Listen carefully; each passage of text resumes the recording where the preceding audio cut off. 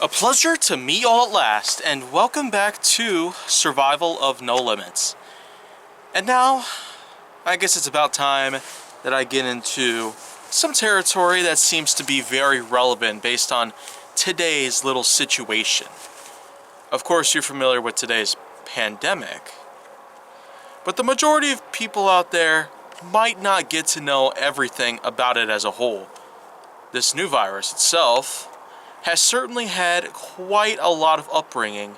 Tons of controversy has followed, and there's also been lots of aftermath related effects that have also begun to take place. But I will focus today on one of the big things about it that seem to continue bringing a lot of prominence to it. And that's what this episode is mainly going to be. This is episode number 23, Loss of Sense. Yeah, that's right. A loss of sense, including smell, touch, taste, and likewise, have a huge connection to this virus. Because, as it turns out, it is in fact one of the many symptoms that we now know are a good way to tell whether or not someone has had an infection of it. Loss of sense, mainly smell and taste, happen to be at the core of the list of symptoms that anyone could experience.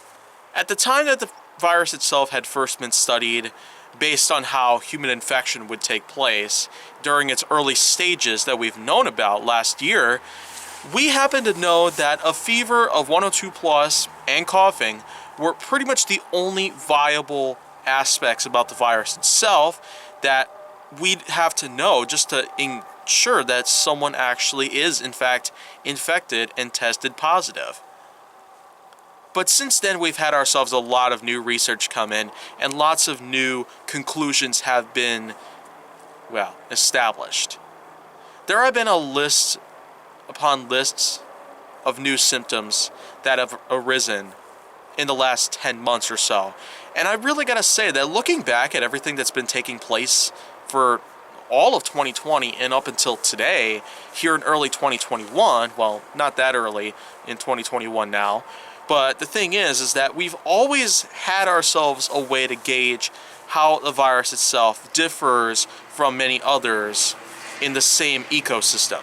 Of course, this virus is in fact just a bitter combination of the SARS virus, as it is in fact a newer strand of SARS. It also happens to have effects similar to that of HIV or AIDS, as it tends to attack the immune system at times. But it also tends to act much like the common cold or influenza, as much of its symptoms are in fact similar to those viruses, except they may not at all act like those in most ways, depending on different persons in every place in the world. It does turn out, though, that with new research that we're continually going through, and with new methodologies that we're going to experiment every now and then, we're probably going to have a lot of new outcomes, whether or not this virus is in fact going to be identified a lot more differently than many of the others that we seem to have it confused with.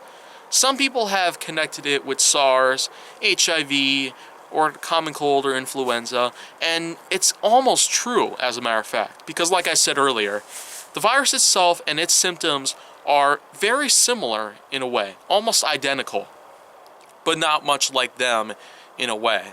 As a matter of fact, it does turn out that the structure of the virus itself, the body of it as a whole, happens to appear different in most ways. But the thing is, when it comes to losing your sense, that seems to be one of the only alarming factors that allows us to identify that this virus, in fact, is inside one system.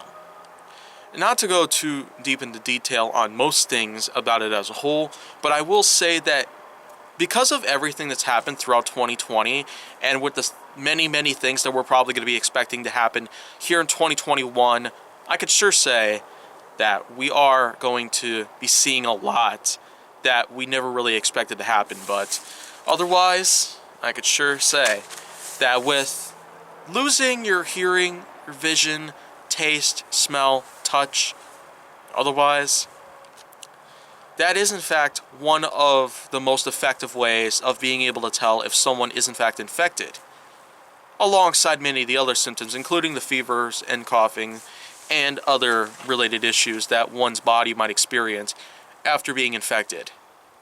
But the thing is, we still have a lot to learn about this, and we have a lot of work to do on studies of the virus and what else can it possibly do to the body as a whole, aside from what it already can do.